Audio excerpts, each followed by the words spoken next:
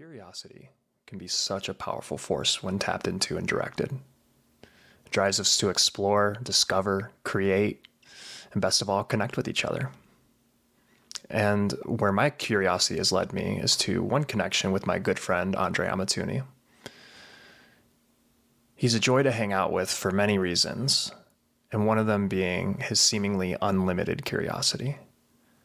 And I love that because whenever we talk and get together, it seems like we just have this back and forth that feeds off of each other because we just want to know. We want to figure out what the hell's going on here, and it's so much fun. So please join us as we discuss our curiosities, among other things. This is what lies between a qualitative inquiry into whatever the fuck it is we're doing here. And I hope you enjoy. Sort of thing. All right. But yeah. Where are the cameras? That's the camera? That's the camera. Okay. I don't know. Have you been listening to it on No, I've been watching it. You've been watching it? Okay, yeah, because I'm sure you noticed the last couple have been. Yeah, you changed it to have both people in front. Yeah. I like it a little bit better. Getting a little nervous. That's okay. Yeah. I sensed a little nervous energy, but we can just settle into it. I don't know what to do with my hands. Well, I feel like that's the hard part about you can't really ignore that there's all this stuff involved. Yeah. But at the same time, we're friends and we're just sitting here chatting, Sounds good. And I imagine whatever will come of it will be lovely. Yep. Okay, so we've established that you're a little nervous, but beyond that, how are you feeling in general? Good. I mean, I've been having trouble sleeping, which is not great, but that's slowly getting better. I cut out coffee almost entirely. For a week and a half, no coffee or any caffeine whatsoever, and that was rough. But then it became really nice. And then I slowly eased my way back into white tea and green tea, and that's been pretty good. I feel like it helps. I don't know. I feel like there's all this caffeine energy in my neck. There's just all this tension that is not there anymore, which is good. Interesting. Yeah. That's it's funny you mentioned that because Francesca actually told me about a time, I don't know how long ago it was, where she's quit caffeine entirely. And she was for a week or two, I was depressed. Yeah. And it's a legit drug. Yeah. It's crazy, right? It's a full blown withdrawal. Mm-hmm. It takes at least 4 days to start to really get out of it. And you're not really out of it for at least 9 days or something like that. Yeah. It's nice. It's definitely a very different state of mind. It's much more, I wouldn't say you have less energy, but you have less random nervous energy, which is good.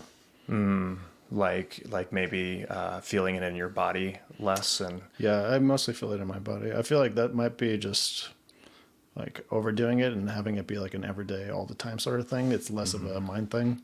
It's more just it sits in your body, just tensing all your muscles, and you're just constantly in the state of just but it's nice. Yeah, before my Miller. Yeah. I was gonna say just before my interview yesterday, I was I drank a bunch of coffee, did some work, drank some matcha, and before I think the nervous energy of going into that because generally I'm not too nervous about interviews because that's I feel like I can demonstrate why I'm excited about something pretty saliently, but going into it's just working up towards it. It's oh God, now it's happening. And my body's this is about to happen. And I felt sick. And I feel the caffeine did not help with that in the least bit. It's that mix of adrenaline and caffeine. They both pair together not very nicely. Yeah. That's you mentioned something about feeling in your neck. That's how did you first start noticing that? And I don't know, I've always had upper back, neck sort of pain and just stiffness and a general shitty feeling. And I've only recently realized part of that is due to caffeine because I feel because I spend a lot of time in front of the computer, so it's a lot of this sort of thing, and just having all these muscles constantly contracted and just in that state. Something about the caffeine and the posture is mixed together in some weird way, and they just reinforce each other. Yeah, I mean, intense sort of way. Yeah, talking about the tenseness that caffeine brings to it, and then being in that restricted and or that position where your muscles are then tense in a tense position as well. Those things compounding together. Yeah, I feel the caffeine is almost kind of blinds you to the fact that that's an unnatural position to be in for hours on end. So it's like it's not like a painkiller, but it's like a mind distractor from the awkwardness of that position. So like it lets you stay in that state for longer. And when you just like spend hours and hours hopped up on caffeine, just like this, Yeah. it's like, yeah, it takes a toll. Yeah. Yeah. And I imagine also because your entire body feels tense, like on caffeine, you know? Yeah. So it's like, where's the contrast if you're just, you know, in that position? And did you started noticing that like in getting off of caffeine, you notice like it's starting to relax or? Yeah. Cause I would get a lot of like tension headaches. I would like start like at the base of the skull. I forgot what it's called. Like these muscles. They're like, I couldn't help that you make there. the skull do this. So it's just like really tense there, and then noticing that that's going away. I was like, oh, that's probably that. Yeah. Yeah. That's interesting. Well, where the big broad question I want to ask you is, first of all, I want to preface it with like one of the things I really enjoy about you and what I've learned about you in our friendship so far is that you strike me as someone who is very curious and very like you are a researcher, like, so that I imagine that speaks to that, but I'm curious there it is again. I'm curious of what curiosity means to you and how it's like, how that has manifested into that, what I perceive as you being a curious person now, you know? Yeah. I don't know how much is curiosity and how much is like ADD. Just like this like constant, just like shifting attention to different things. I definitely have probably some kind of undiagnosed ADD or something. But to the extent that there's curiosity in there, it probably has to do with like an interest in building things. So I really like sort of like making stuff and like crafting them and designing things. And in the process of making things, you have to like really understand how the things work. Because like if you don't really know how something works, the thing ends up like breaking or failing. Or depends on what you're making. Like some things don't require as much of a, you know, attention to like the function of things as other things. I don't know. It's kind of abstract, but like We like abstract here. yeah, I don't know. I just like enjoy sort of like getting a sense of things and seeing how everything fits together as part of some like larger whole. And in the process of making things, you really have to really see all the parts in their sort of the way in which they serve their function as part of like the meshwork of the whole. And I really like that process of just like going from the really minute to the holistic sort of like whole, and just like getting a sense of, you know, how it all fits together, whether that's like some physical thing or like some, like I write a lot of code. So like code is very much like that. Like a large program is composed of a ton of really small programs, like all these functions calling each other. And each thing has its own role. And it has some function, and it just like fits as part of this wider whole. Or if it's like thinking about people, like people are really complicated, and like there's a lot of like, yeah, probably the most complicated thing as far as I can tell. Like what are all like the little bits and pieces that go into like a person, and like what makes the wholeness of the person, and what are all the parts that go into that. Yeah, that's part of it. Yeah. And it's like you combine both of those things by using your skills in programming, coding, that sort of thing, to then look at this very complex thing that is the human brain and what's going on there. Yeah, I'm curious of what you can attribute that, like, or when did you start noticing that's how you like to think of things? I don't know. I think what helped was growing up kind of not in the best financial circumstances, so I didn't have like a ton of like toys and stuff. So I had to like make my own toys or like really make a box go a long way, like, you know. What kind of shit would you make? All sorts of stuff. Like I used to really want to be a bus driver, so I would like. Way. Yeah, I remember. What kid is like, I want to be a bus driver? Oh my God, I'm so glad this came to the surface. It's very strange, but it seemed something about it was really appealing to me. Maybe it was like the really big wheel that you had to turn, and like I think I really liked that they sat on this like hydraulic chair.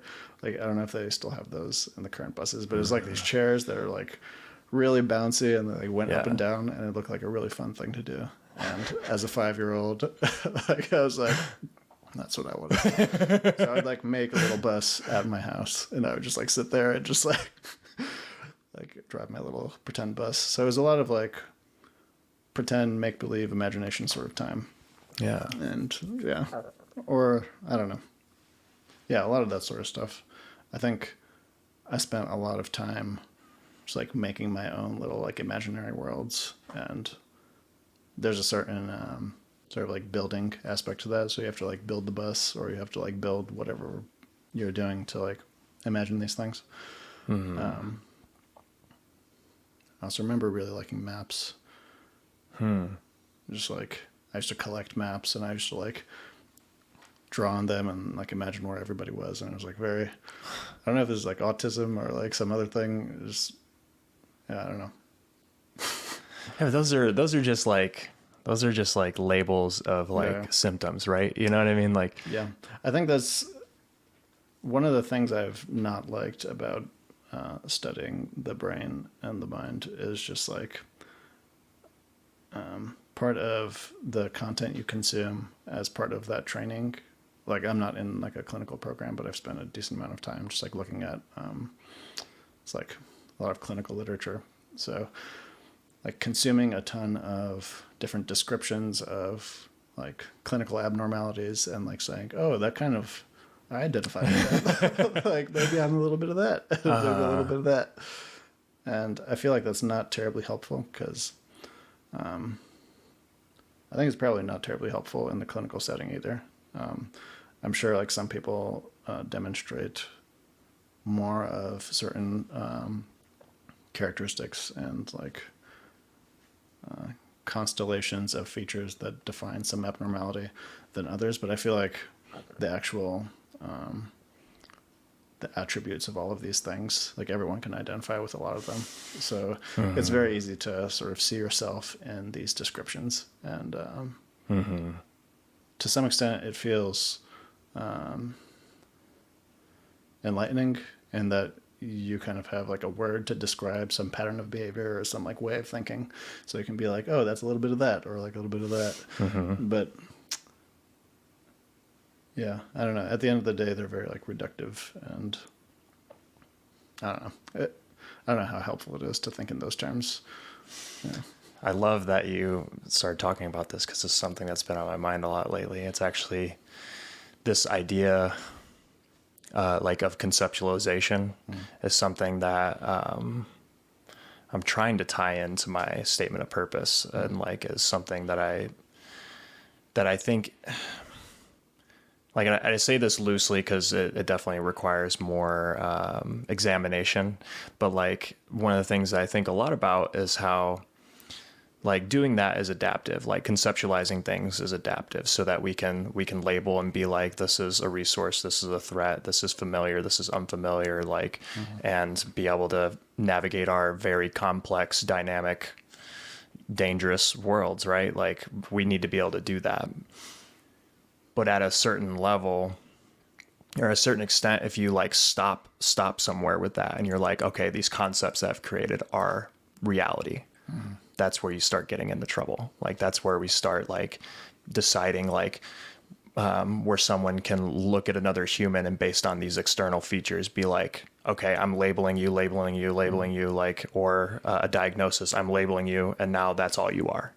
And when we limit it to that, like, then we're limiting ourselves, who we and ourselves are infinite beings. Like we like, and I truly believe that in like every sense of the word. And like, well, I guess it like, it really comes like the only thing we're limited by is our universe, you know, and our universe is infinite. So I just think about those things. And one of the things that I think is a sort of solution, maybe isn't the right way to say it, but like a practical way to think of it, or a balanced way to think of it, is to balance this chair, man. I'm over here sinking.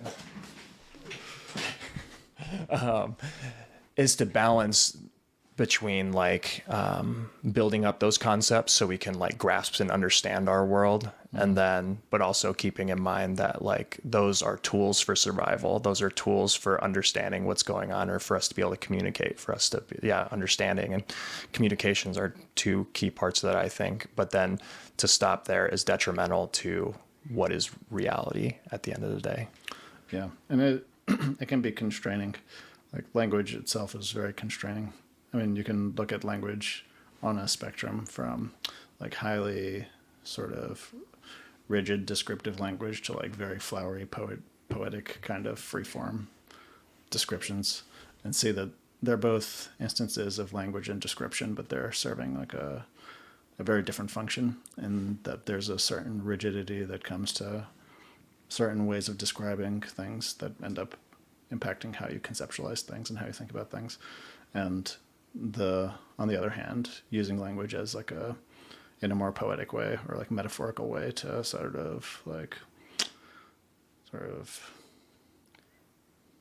reach beyond the like whatever is on the surface available to you. So like to speak more metaphorically is to kind of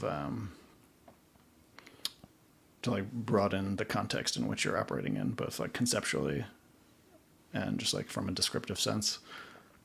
That's why I don't know, I like to like that definitely appeals to me more, in that I always I don't know, I'm always frustrated by speaking, which is maybe why I have kind of like a apprehension to doing this sort of thing, because I feel like whatever words I use are always, not really getting what I would like to get across, because they feel like limiting, and I don't know.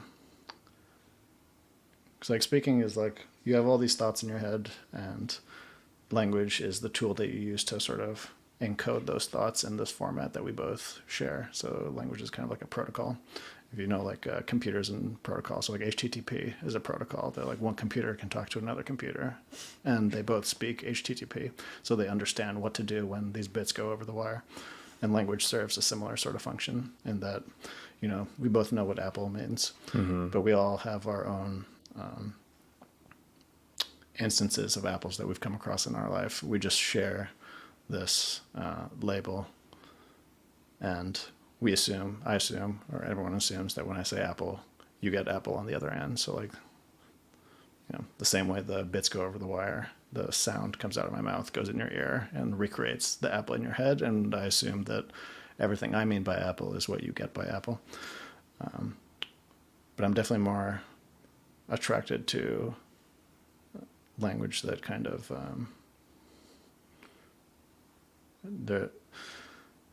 one way to put it is like more fuzzy language, which is like more sort of like it doesn't point to a particular, like a highly distinct thing, but it kind of sort of leaves an openness for the receiver to sort of like fill in the blanks. Like, I don't know, I've just been really fascinated by that kind of use of language, where it's like I definitely have a strong sense of like what I mean when I talk in like a more loose sort of metaphorical way, but I know that however it's going to be received, there's a lot of room for the other person to sort of construct a much wider sense than whatever I might have pre-programmed in the description from the beginning, like how I meant it.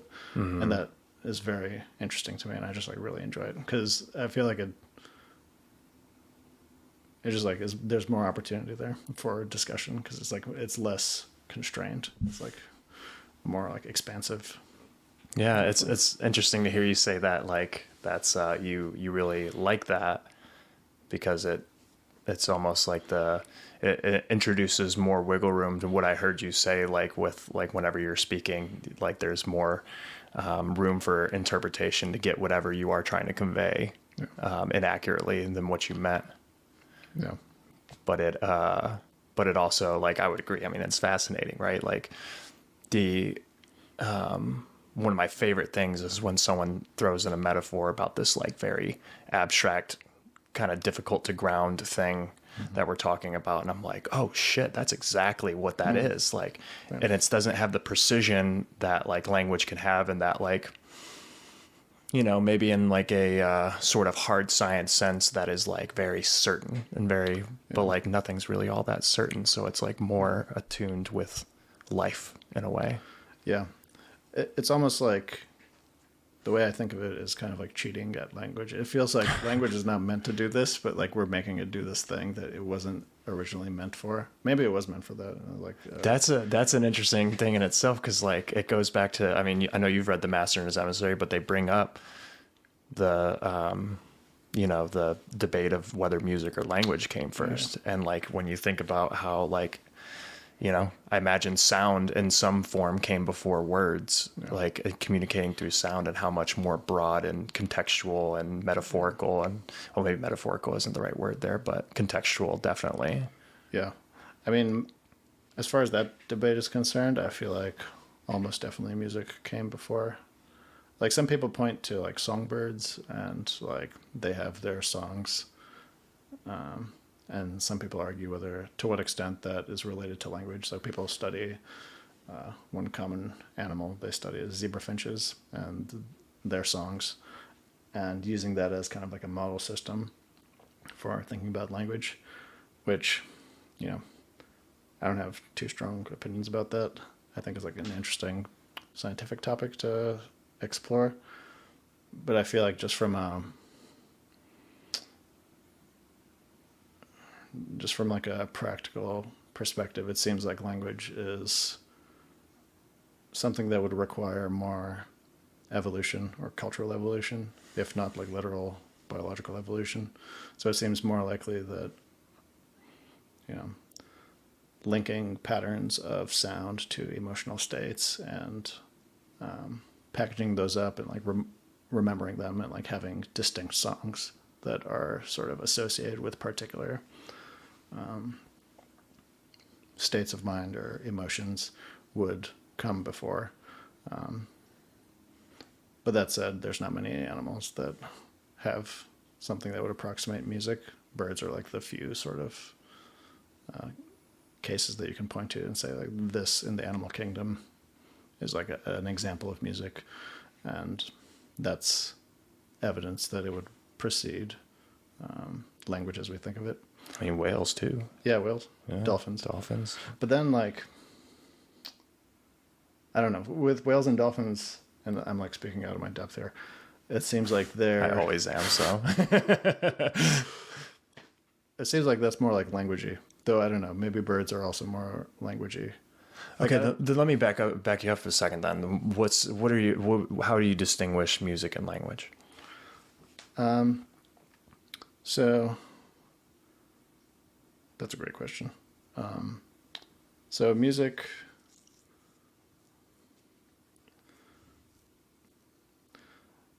I mean, there's different ways of defining both of these things. You can think of one way to describe language is as what's called a combinatorial system, where you have these symbols and they can form combinations, and those combinations can convey meanings that are sort of compositions of their element parts.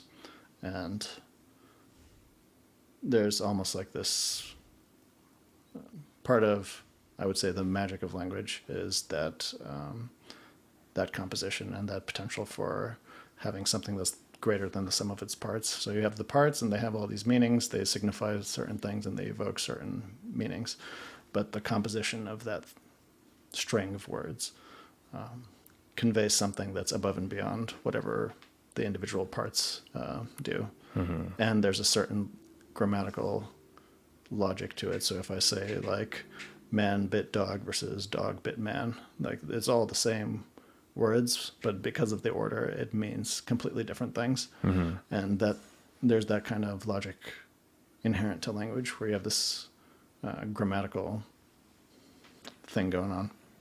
Whereas with music, there's similar elements. So you have like notes and you have composition of notes, and that can, you know, that can give you something greater than the sum of its parts in that domain.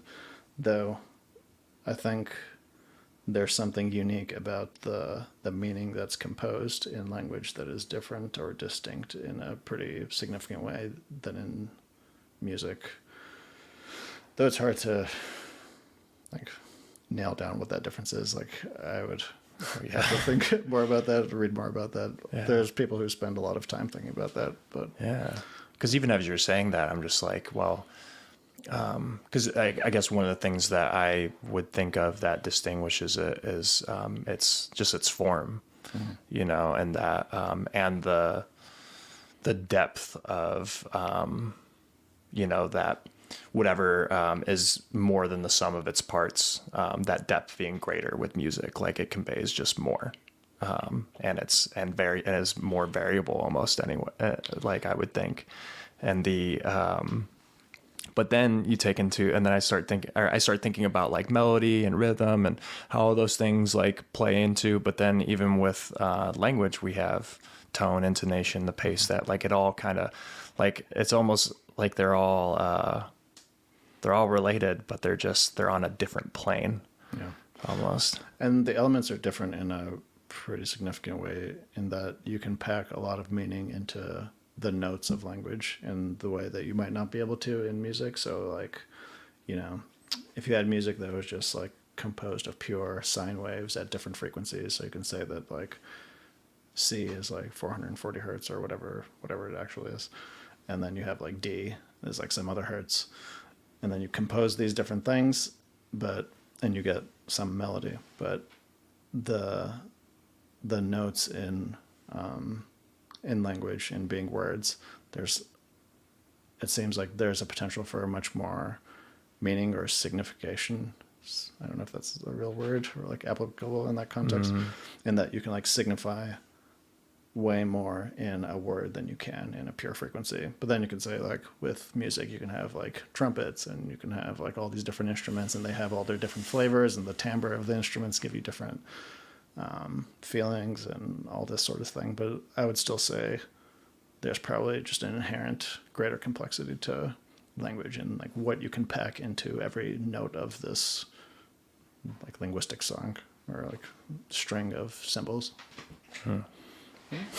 So it's killing me. It's like a roller coaster. Sometimes it's fine and sometimes I'm not. And today it's just acting up. But no, that's a fascinating one. And it's funny because as I was working on my personal statement today, and I'm reaching this point where I'm like kind of tripping up on like how do I talk about my experiences without being like, I did this, like I did this. So and I haven't looked at anyone else's personal statement up until now because I wanted to like I wanted it to like be entirely my own and just like figure it out. And now I'm looking back and I looked at yours, and yours is a lot about language. And I know that you had said that you wish you had done it a lot differently, right? Totally differently. Yeah. I'm curious, how would you do it differently?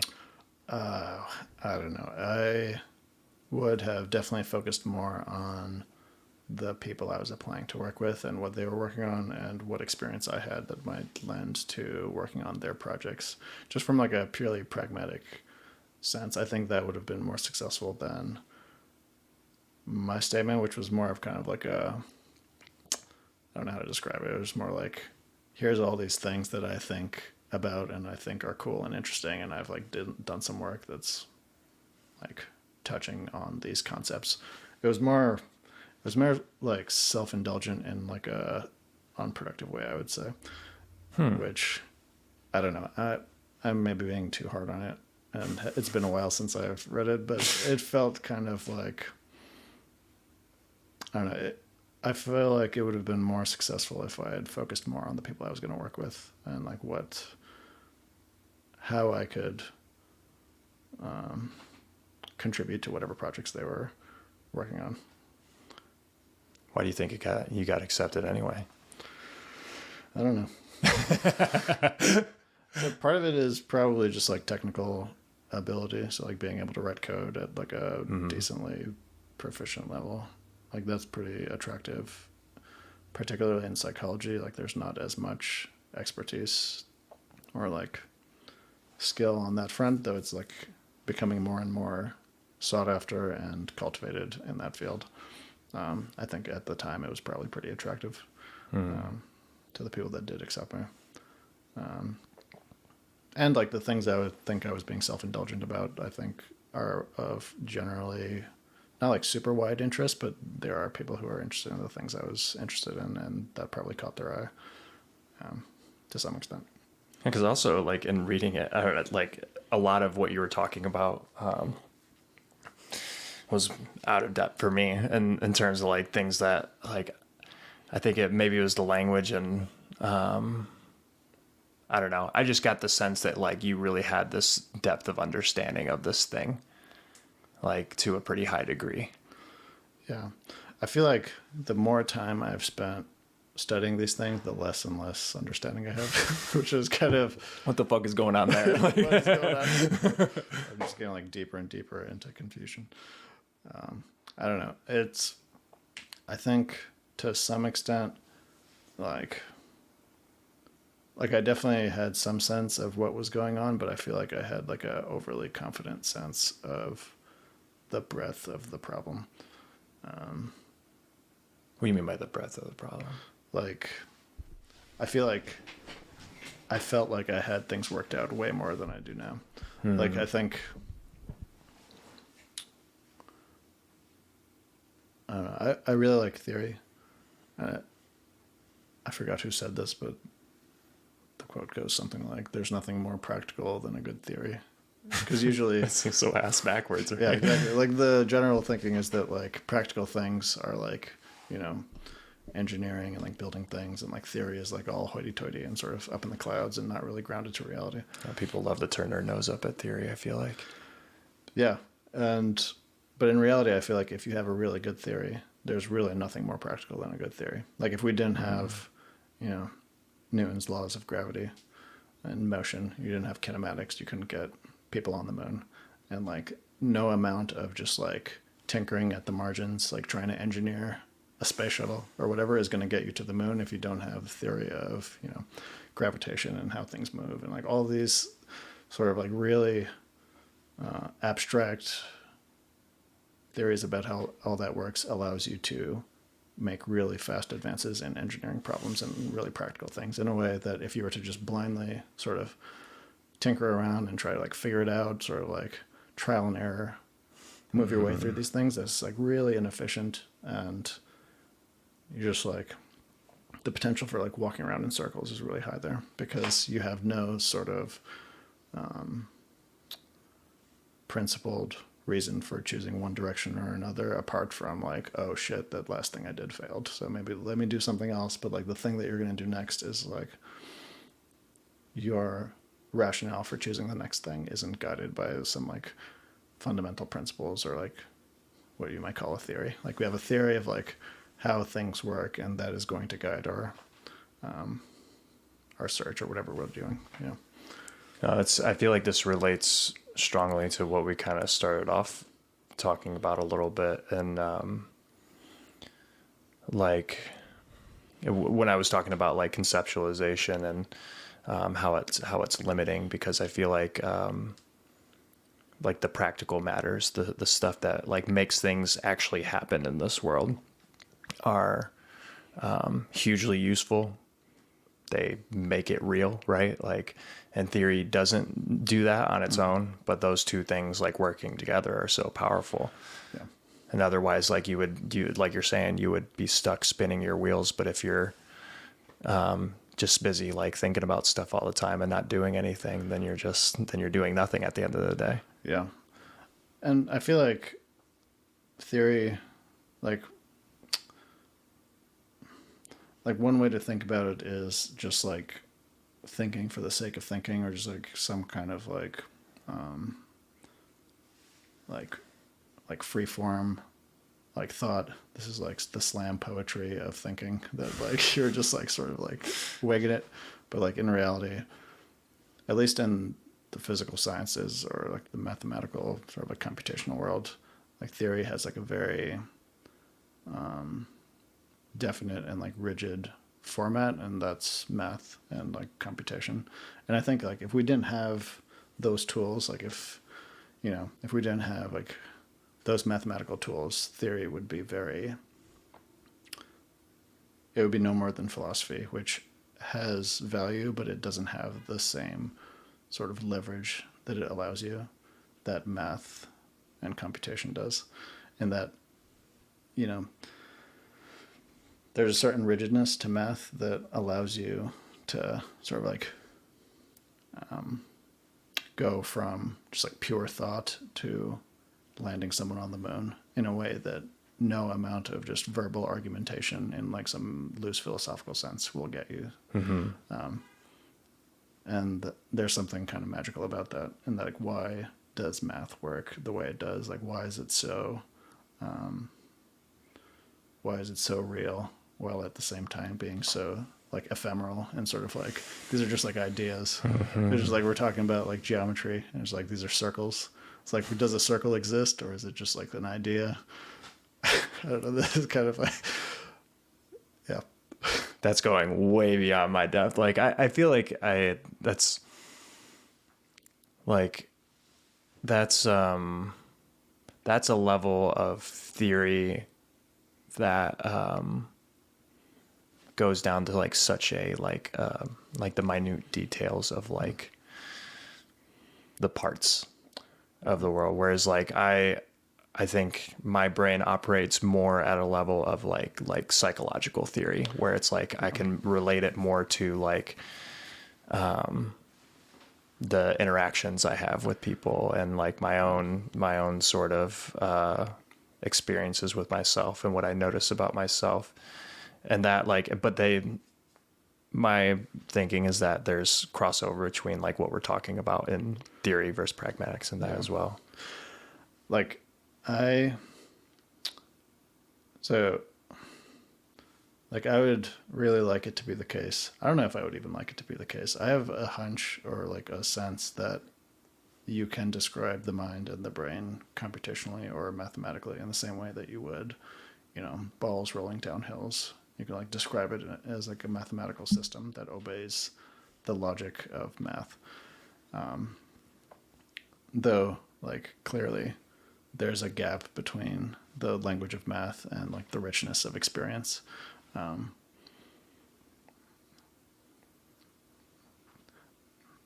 But so much of, maybe this is just like an artifact of the, just like the history of neuroscience in particular, that there's like you are able to describe the functions of neural systems as computational units and as computations being performed by some system. You like describe neurons and describe how they interact, and you can say that, this is going to follow this particular behavior, because you can make some assumptions, you can set up the system and see that, oh, this system is actually following, it's following these principles and behaving in this particular way because it's constrained in this particular fashion. And there's a lot of sort of evidence in that regard. But then the question is like, if you're talking about, I would say, if you're talking about perception, that has come a long way, and you can describe a lot of perception just like purely mathematically. But then when it gets to more sort of high level things like, desires, hopes, and dreams, like interpersonal relationships, all the social stuff, it becomes a little difficult to operationalize. Like, how would you map on these experiences to some like mathematical description? And I don't know if there's like a sort of a hard limit to how much you can, how hard you can push math to describe these things. But I feel like one advantage to that is that then it affords a level of control and understanding. And both of those things they're not the same thing. Like, just because you can control something doesn't mean you understand it. Mm-hmm. But I think math allows you leverage into both of those problems in a way that is very attractive to me, and that like you can get a really definitive sense of like how something is functioning, and like why it's functioning that way. Like, could it have been differently, and if it was differently, why would it function differently? All that being said, I think like those tools are very limited for understanding the more sort of everyday, real world. The depth of the human experience. Yeah. Yeah. Which is kind of like frustrating to me because Why is that? because I would like before I die to have a better sense of how the mind works, how people work, and I feel like there's a certain squishiness to language, like as we've talked before, like even the most definite and like rigid clinical descriptions, they leave a lot on the table and are not actually characterizing the whole in a way that I think is giving the subject its like due credit. That there's a lot left on the table, and it's not like you can describe, like talking about like clinical things like ADD or like schizoaffective disorder or something like that. Like you can describe these conditions very sort of unemotionally and like very clinically and very sort of like hard nose, no metaphors, or just like describing it as we see it. Mm-hmm. But then it's just like you're really not describing the whole thing, and it's unclear to me if you can, if you're missing a lot by doing it that way. And I feel like there's a lot of room for disagreement in a way that there isn't in math. Like I think disagreement and debate is really great in a lot of ways, but in other ways it's really counterproductive in that like you're not making advances on a particular subject. You're kind of just like walking in circles, and like philosophers arguing about the same thing for like millennia, like thousands of years, just like arguing about the same thing. Like there's no way to actually come to a conclusion about certain questions, because it's always like, well, I think this and I think that, and like I think the words you're using are the wrong words, and like I'm going to redefine these words this way, and I'm going to sort of like play all these linguistic games so as to continue the enterprise of just like describing and redescribing and debating and sort of like not actually coming to any conclusion. And I would like to come to some conclusions and not just sort of like redescribe the same thing in different words and sort of like, I don't know. I have all these hang-ups about language. Like I think in that context, like it can be very helpful. I think like clinical psychology is very useful, and it can help a lot of people. But I also feel like there's a certain like incompleteness to it, in that like I would like a complete description of something. But then like if you look at physics, it's like it's not complete. Like we have Newton's laws, you have Einstein and quantum mechanics, and those things aren't complete or describing things to completion. There's all these sort of incompatibilities, and people are working on trying to get a better description. So there's always this further, there's always another theory like beyond the horizon that isn't like the one you have now. Like the one you have now is incomplete and doesn't actually describe everything. Like there's holes in it. So I don't know. It's kind of just like I don't know if it's like legitimate or reasonable for me to like want this sort of like completeness to certain things. I don't know. I have a lot of thoughts. No, I'm curious. First of all, like, do you think that completeness of understanding is even possible? In certain domains, I mean, in like pure math, you can like completely understand a circle and like why it is what it is, like why it behaves in the ways that it does. Like if you do like certain operations on a circle, you know like why it's going to behave the way it's going to behave. Once you start talking about the physical world, like things get a little squirrely. Yeah, I guess that's what I'm talking about. Like, because like you were talking a lot about like, we can, using that understanding that math does allow us, it does allow us to do a lot of things in this world, right? But in the sense of like understanding the wholeness of this world and us and that sort of thing. I'm almost sure that it's impossible, but I really don't like that. Like part of me just like would like the world to be complete in a way that the conceptual world, at least in the world of mathematics, can be complete in certain ways. Although there are ways in which math is incomplete too. There's like a theorem, I think it was from like the 30s or 40s, called Gödel's incompleteness theorem. It basically shows that like whatever system of math you have, you can't sort of prove certain statements that are within that system. Like it's impossible to get to certain. So you can think of math as kind of like this tapestry of, you have some axioms, and then like you can like deduce all of these truths about that system by sort of like turning the crank of deductive reasoning, saying if I do this and I do that, I'm going to end up here. So like there are certain heres that you can't get to from like having this particular system, like wherever you define your axioms. Like there's a certain incompleteness there, that there are certain things that are true but are not provable from within that very same system. So in that sense, there's a kind of incompleteness even in that realm. But I don't know. I have all these like hang-ups about like wanting to get to the bottom of things and feeling like they're like out of reach in a way that I would rather they not be. But what would it do to have them within reach? Like, what do you think the world would look like if we did have complete understanding of everything? Actually, let me back up. Let's talk about like what understanding means. Yeah. I mean, that's a big question. I don't know what understanding means. I mean, it depends on who you ask. You could. I'm asking you. Yeah, I don't know. It's like a. Well, what do you think? Part of it, and this is not the whole of it, I think part of it is an ability to use knowledge. There's like a pragmatic aspect to it. So like if you understand, I keep going back to like physics and math, but like that's not like what I work on, but it's like a very useful domain to think about examples. So like if you understand certain things about like math and physics, then you can like use it to build bridges or like put people on the moon.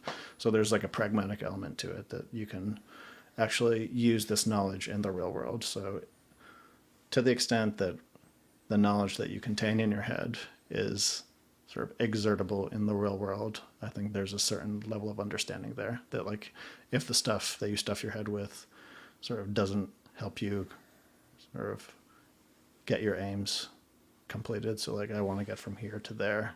Let's say I want to get from like Earth to the moon. That's like a goal. And like I have all this stuff in my head. Can I use the stuff in my head to make that a reality? And I think understanding, like the ability to cross that chasm, is one measure of understanding. And you can think of it in more real world circumstances where like you have interpersonal relationships. Maybe there's some like problem. You're like, I would like to get from here where there's a problem to there where there's no problem, or like things are fixed. So like my understanding is part of what will make that happen or not happen. And so like to the extent that I understand the state of affairs, that like determines my ability to make that a reality, to like bring something that's a potential or like a desire or some aspiration and like bring that down to earth and actually manifest it. So like if I don't understand things, I'm going to fuck things up. Or if I do, I have a better chance at, getting it done. But then what would we do? I don't know.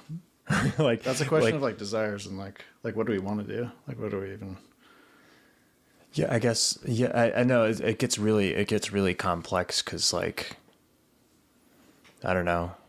There are like when I think about like Eastern perspectives on like especially like the sort of the folks that are on that really deep meditative path of like oneness with the universe sort of thing. Like one of the things like that's part of that is letting go of you and like and all of that and being content with just existence and just being here in the present moment all the time.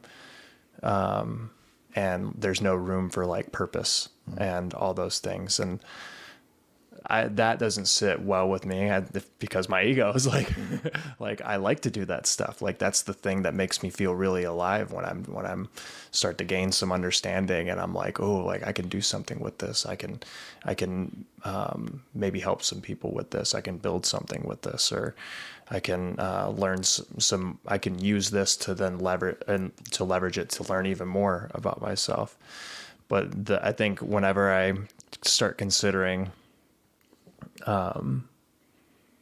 completeness of understanding, I'm just like, that sounds like a really boring place to live. Like, and I don't know. I think because I am at a point in my life where like curiosity, exploration and all those things are just like infinitely fascinating. And I love it. I love just the process of it. You know, the outcomes are cool and all that. And I want those outcomes to help improve other people's lives. But at the same time, one of the things that gets me out of bed every day and keep doing this stuff is, and despite the outcomes being so far away, is that the process is great. Yeah, I definitely hear that and can sympathize with that drive.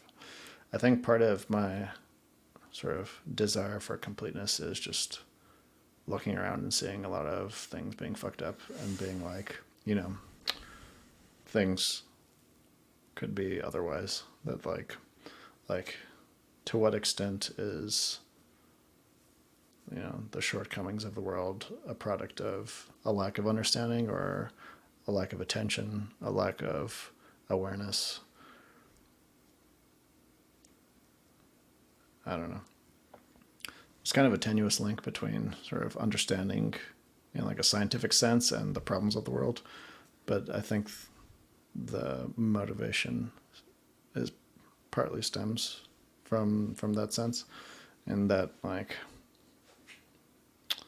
you know, things could be better, and like, so in that sense they feel incomplete, and that it's, I don't know, this might be just like a cognitive bias and feeling like we haven't gotten to where we need to go because clearly there are so many loose ends here, there are so many problems, you know. I don't know. See, I would argue that we're exactly where we need to be right now, because it's the only place we could be right now. And I know that's not satisfying. Like, it's not like, and maybe that's also not, maybe it certainly is a product of like the way that I conceptualize things and think about things in order to make me feel okay about my existence and move through the world in a way that makes me feel okay about being here. Yeah. I don't know, man. It's really hard for me to like accept the way things are. Like I spent a decent amount of time reading the sort of like Eastern mysticism, Eastern philosophy, and I definitely resonate with a lot of the, to put it crudely, like go with the flow, become one with the processes of the world, like, you know, to vibe with the Tao, like the way that the world is, or the way that the world becomes, and all of these kind of notions. But I think I've just been like too traumatized by like watching the world and like watching, you know, people, you know, not having a good time. Because like, I mean, to do anything, you have to be motivated. Like, for example, in you working with people to like help better their lives, like why not just let them like do what they're doing and just like leave things as they are? Like you must have a sense of like, you know, things could be better, and like it is within your power to change your current circumstances, and like part of that is like awareness and skills and, you know, cognitive changes that can allow you to find yourself in a better position. Like how do you square away those two things? I'm glad that you asked, because that's something I'm trying to figure out how to articulate, but maybe being asked it here will help with that. So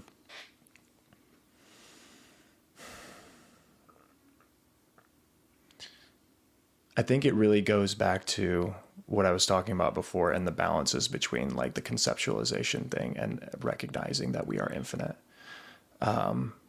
I can't help but conceptualize and do all these things and want to manipulate my environment and take action and be an active participant in this environment. Like it's part of what has gotten me to this point. You know, it's part of what keeps me alive. And I certainly have not reconciled with like letting go of ego and all that, because I don't know. I want to be in this world. I think it, at least like the way that my experiences have led me is to a point of where I'm like, this place can be so fucking beautiful. But we also, part of that beauty is in a very existential, profound sense, accepting that like the things as they are right now are as they are, and they can't be any other way right this second because they are. But what I can do and what I want to do is because I do like, I resonate so strongly with like, there's lots of fucked up shit going on in this world. And I want everyone to have the opportunity to see what I'm talking about. Like, cause I don't think it's like my circumstances and experiences happen to lead me in there. Not to say like I just went with the flow entirely. I think I am an active participant in that, but like, I didn't choose where I was born. I didn't choose many of the experiences that I was exposed to. So it's like, I think the majority of our existence is like, we are forced to go with the flow. We don't control very much. I really think we don't control very much. I would agree with that. Yeah. And it's like, it's fucking frustrating. It sucks, right? Like, especially when you see so much suffering and you're like, we could do some shit about it. It doesn't have to be this way. Mm-hmm. But it's like, I think the thing that helps me reconcile with it is getting worked up about those things every moment of all the time. And not saying that that's what you're doing, but like focusing on that does not help me figure out how to solve the problem. What helps me solve the problem is me accepting that accepting the present moment in its fullness. And that is accepting that there is some fucked up shit going on right here in this very moment. And I don't like that. I don't approve of it, but I accept it. And I think that's a huge distinction there, like approval and acceptance, Yeah. And it's flexible, it's dynamic, just like the world, like I think it's having a congruence with like the way I act in this world and reality in a way. How do you think of the ego? You've used that term at least twice now. Yeah. I'm wondering, like, what's your sense of it? I've never really defined it, but I think it's the thing that is.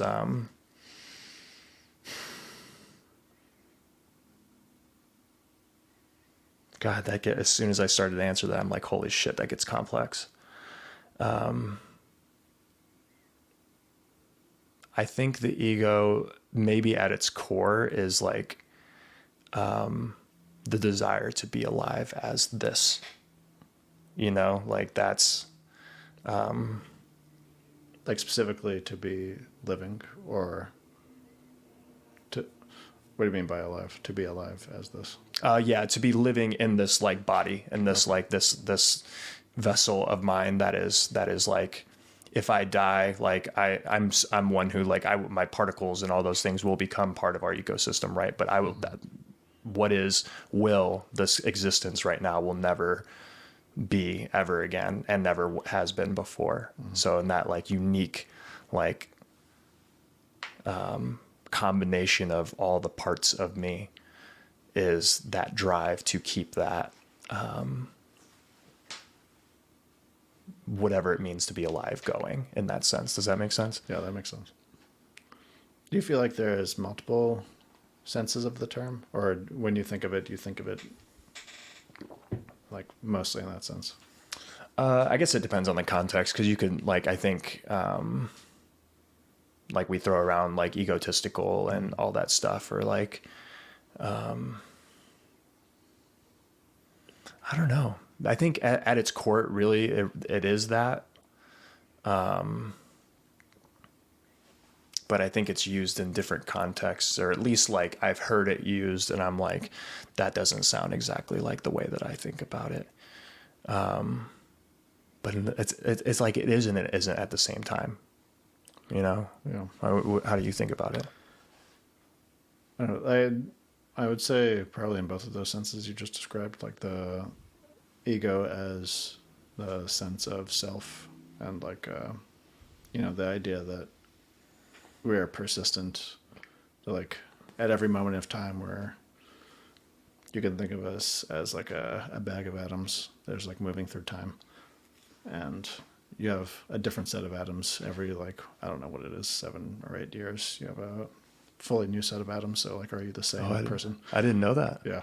There's like there's some like philosophical term for this. I think it was like Theseus' ship or something like that, where the idea is that like there's this ship in like the Greek harbor, and whoever's telling the story is asking the question like, you know, if we change one of the boards on this ship, like, is that the same ship? And like the answer is, yeah, well, of course it's the same ship. And then it's like, what if we keep changing all of the boards? And like after a while, it's all of the boards that are on that ship are not the boards that were, you know, beforehand. And like, is this the same ship? So like, what defines the identity of the ship? Is it the boards, or is it like, you know, I think my answer would be is like the pattern, like the pattern is the same. So in different contexts, that can mean different things. So like,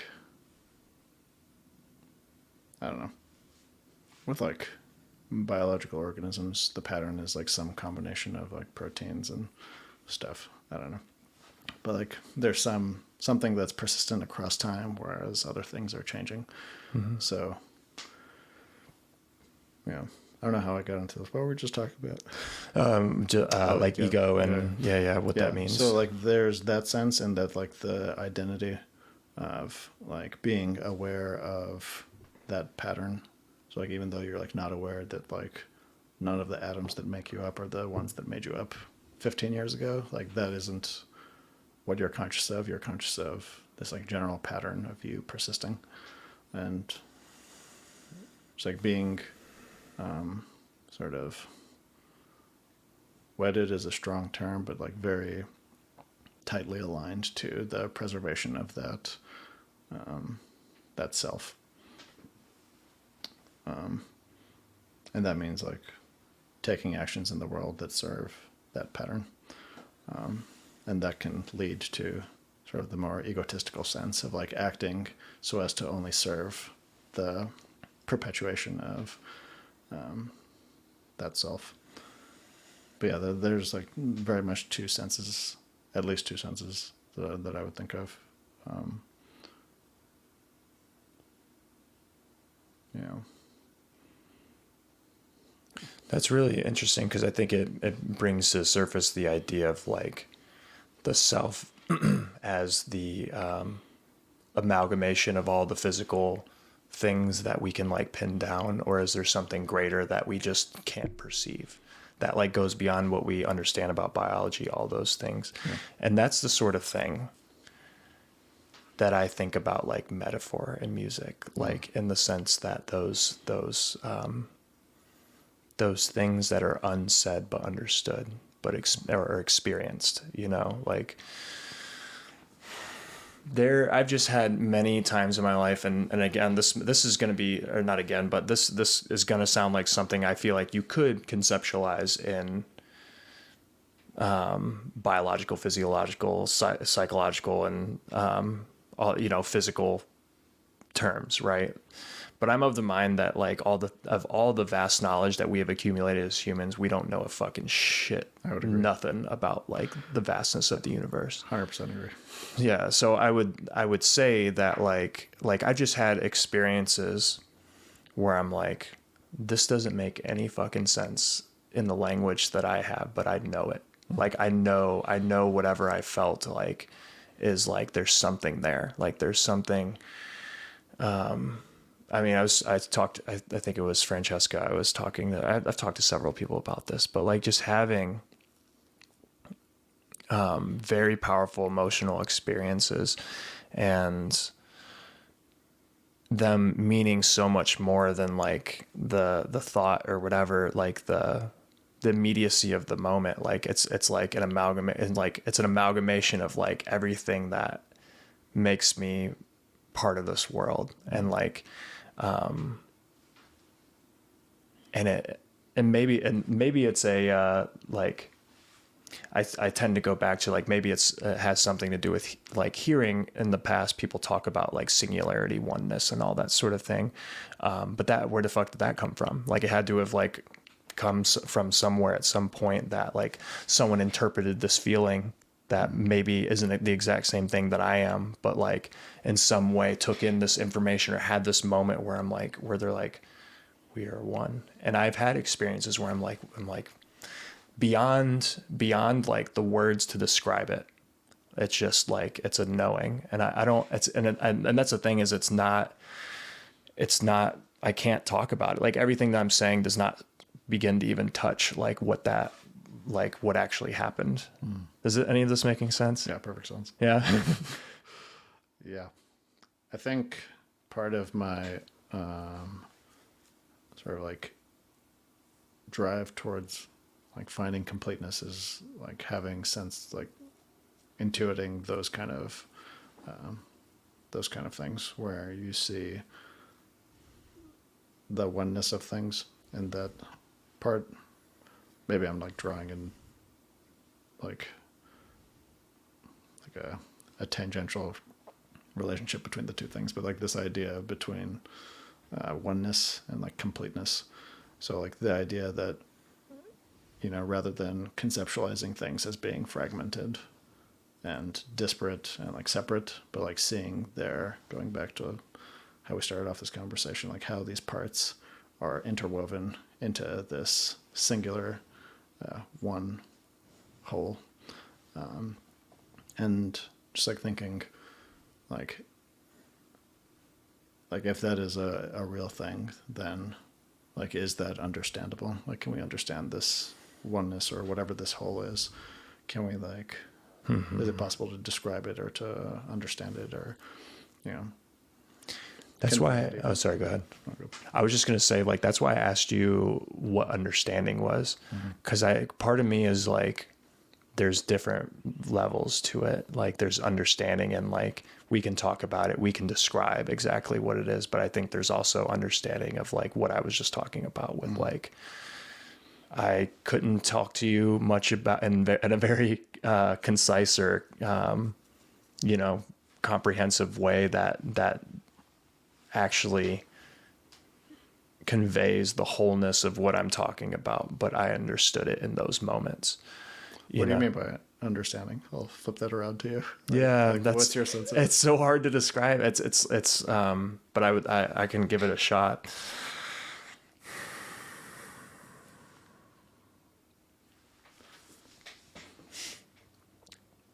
It's like every bit of information and sensation and everything that I am able to perceive in that moment points to a direction, and like it doesn't come to me in word form, but there's a feeling of like, I see you, you know, like, and that's, and it usually manifests itself as like, oh, these like I have these moments of just like laugh crying, like where I'm like, oh, it like resonates so deeply in many different like buckets of like emotional stimulation that is like bubbling to the surface. But then the overarching theme is this like, that's insane. Like, and I start laughing about it. I don't know. Like there's a lot, it's like, there's just a lot going on. And I think that those moments, I don't know. I can't sit here. I think it would be insane of me to have those moments and be like, that's just hormones. Like that's just neurotransmitters. Right. That's just this. It's like, I think that's their moments of like where we can touch a little bit with our language, but we just do not have the language. Our mode of communication is not adequate to properly like capture it. Yeah. Does that make sense though? Yeah, it does make sense. Have you had any moments like that, or does that resonate with you? Yeah. I mean, I've had like bigger and smaller moments of that sort. I think those kind of moments are honestly kind of what drove me into thinking about language a lot.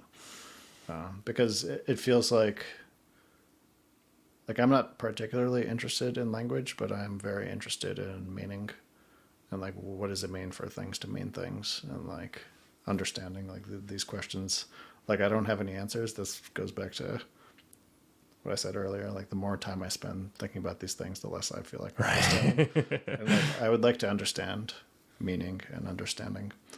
And there are some senses in which I can understand them, and like, and that really boils down to kind of physical reductionist sort of accounts of like the same way you might understand how like, you know, ChatGPT understands certain things, or like if you like take ChatGPT and like add sensory inputs, so it's like seeing and feeling and touching and smelling and whatnot. So it's like really just like a computation. So you're like binding experiences to abstract structures that are like instantiated in that case in this like big computer with a lot of connections, which is like an artificial neural network. But then you can say the same thing is going on in humans, where we have just like this big, you know, huge network in our brains, and it's like making all these connections, and it's like grounded to the real world, and like meaning and understanding is some process that, you know, binds experiences to certain structures in your mind. But I think what you're talking about there's like a sense in which understanding that has evaded me, at least from like in a way that I can like really talk cogently about. I think there's a sense in which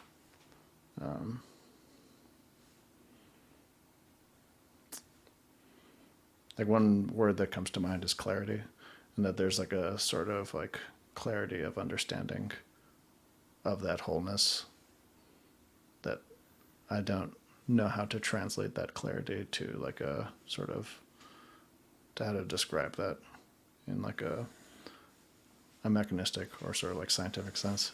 I don't know if that like should be a goal to begin with, but like that was or is my goal to some extent. But yeah, I don't know. So like, as I said, like language isn't something I'm terribly interested in, but like it seems like one example of like a domain where we find meaning, or like we deal with meanings.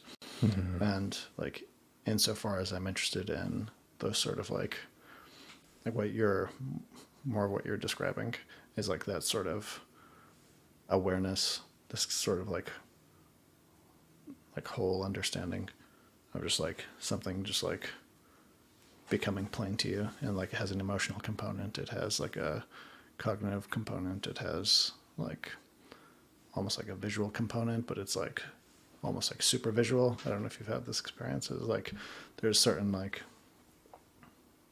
where you can like see things, like maybe this is just like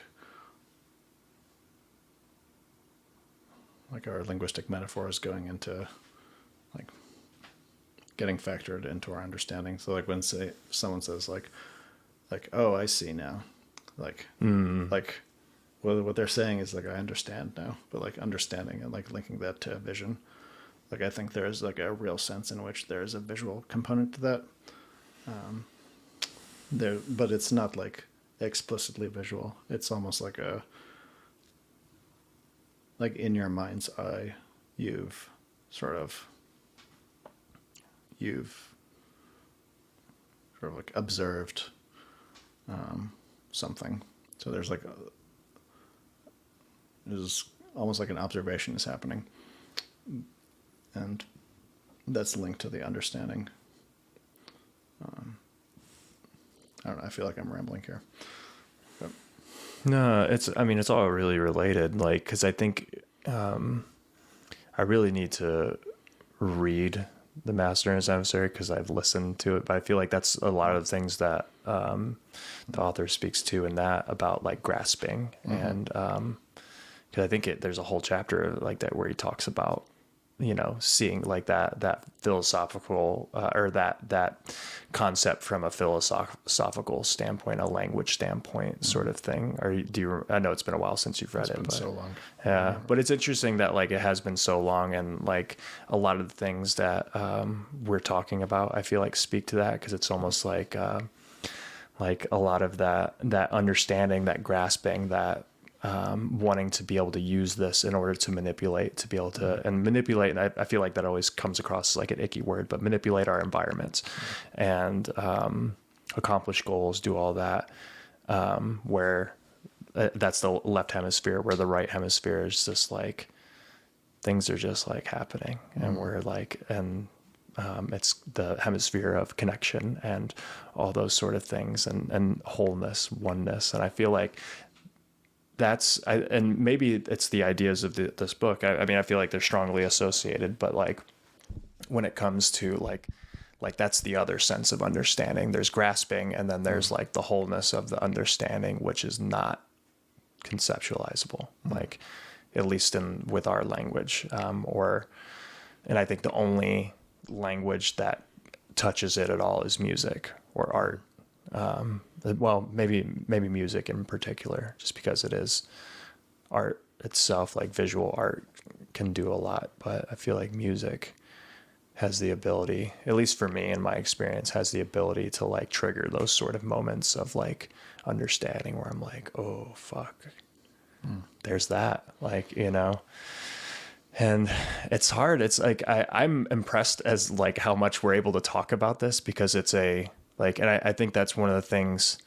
Well, here, actually, let me just share this. One of the thoughts that kind of like popped into my head as you're talking about was like, you and I would be such a powerful combination of researchers. I feel like, well, whenever I'm actually fully educated in this shit, That'd be fun. Cause like, I don't know. I feel like you have such a, like a, gift for like taking these really complex things and like talking about them in a very, understandable way. Like, cause I'm not super familiar with a lot of the things that you're talking about, but I'm like, I think I understand you. Like, I definitely get it. And it's like, that's nice to hear, because I feel like I'm like rambling in like an incoherent sort you of way. say that before, like, but you were so like, and maybe that contributes to it. Cause like you have this sense that like, it sounds like you have this sense that like you were never, expressing yourself or articulating your thoughts in a way that is like, that actually satisfied or actually like fully expresses what you're trying to say. Yeah. It often feels like I'm grasping for things that like I don't have a grasp on, like going back to the grasping metaphor. Like I don't know. It's kind of interesting to like, you should try like reflecting on speech itself. Like when you're talking, like where are these ideas coming from, and like how are you translating your ideas into language, and just like reflecting. It's like a pretty trippy sort of exercise. I was just like, let me get done with my personal statement first, and then it's pretty far out, because it's like, is that something you've done? oh, it's like way more than I wish I did. Please explain. Because like, I don't know, like sometimes I feel like it's like very automatic. Like when it's really automatic, it's kind of spooky, because it's like, where are these things coming from? Like when languages, or yeah, the things you're like the things actually I'm speaking. saying. Like when it's very deliberate and kind of like difficult, it kind of makes more sense to me. Like I can think about like how, you know, I'm like setting up sort of like maybe if I'm like describing how like a bicycle works, like I might like imagine a bicycle, and like I see all the parts, and like I can say like, oh, there's like a bicycle in my mind's eye, and I'm kind of just like attaching words to where my mind's eye is going around on this bicycle. Like I'm like seeing like, oh, here's the wheels, and they're connected to the chain, and blah blah blah. You know, I'm describing how this bicycle works, and I see that there's, you know, an actual bicycle in my mind that I'm translating this information from. But then when it's kind of like really automatic, and it's not like visually grounded in my mind, it's kind of spooky to think about, like, where is this coming from? Like, where are these ideas? It's like, and I don't know. There's a lot of the time, there's a sense that like wherever those things are coming from, like I can sense that they're like, the translation is not that great. And that there's like with the bicycle example, I can feel like, oh, I just described the bicycle, because like I can see the bicycle, and I can like Sort of like, oh, I did a good enough job there. Like there's not much you need to know more about this bike. That's what it is. But then with those sort of like less grounded things, there's a sense that like I don't know what the limits of those things are, but it always feels like there is something more there, but like I have no way of actually reflecting on what those things are. And like my words are sort of like whatever makes it out is whatever makes it out. And like it always feels like, but there was actually more there. Like, I don't know. There's like this tension. But isn't that what writing allows us to do? Yeah. Like taking like if you because you have you ever like written extensively about these sort of like really abstract like ungrounded things? No, I have a very hard time writing. It's like very painful to me. Like it's just like fucking pulling teeth. I cannot write. Like it's just like extremely painful process for me. You chose the wrong fucking profession, homeboy. Tell me about it. I got to write this manuscript. It's not getting written. That's funny to hear, but like makes so much sense considering. Well, it makes sense and it doesn't because like you actually no, not it makes perfect sense because like knowing how much like I know that if you could, you would just make music all the fucking. You would spend all your time making music. Yeah, it's way more fun. Right? Yeah. But then you're using those same. I think you're using those same.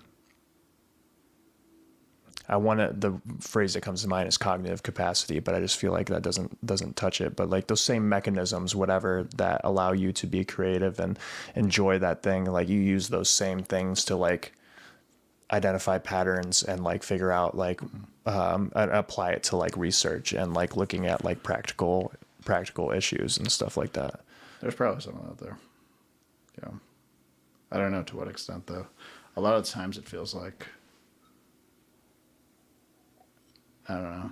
I feel like 5 to 10% of what I do is like that kind of thing, and I like really love it and really thrive at that. But then like so much of it is just like really,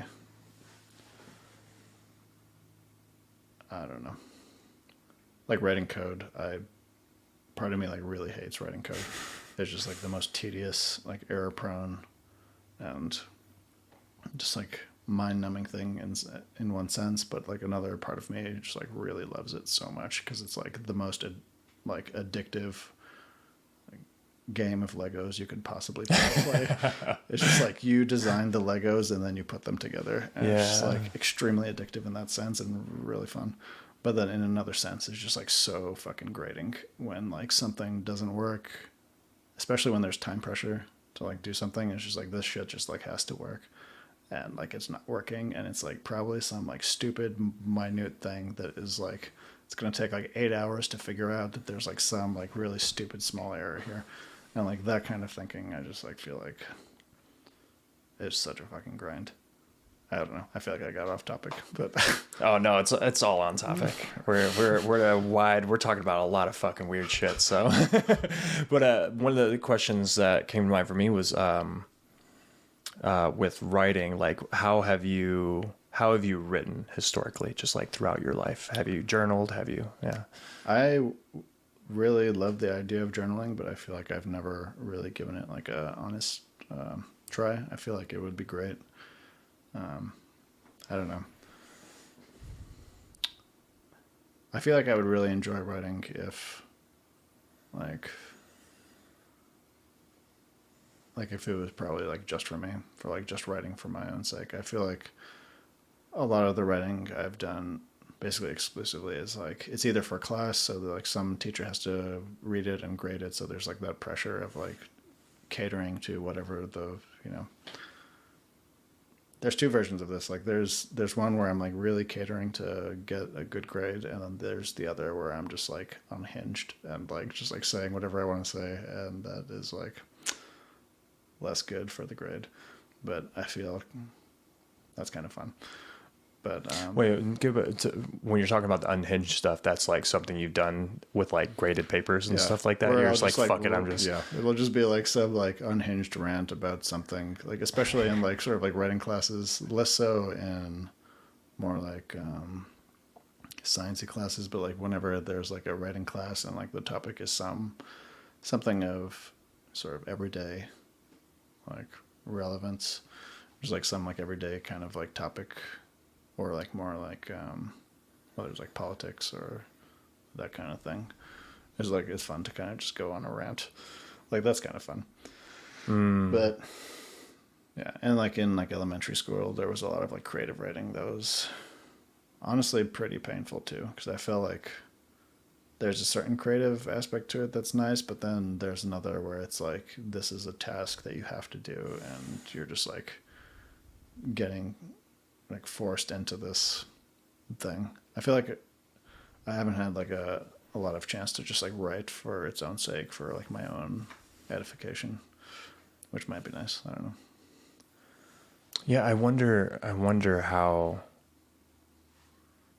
you get to a point where your relationship with, like, well, not even just talking about you, but like us in general, because I feel like it's something like universally humans could like is beneficial, you know. I wonder how you get to a point where you make it something that is intrinsically motivated, that is just for you.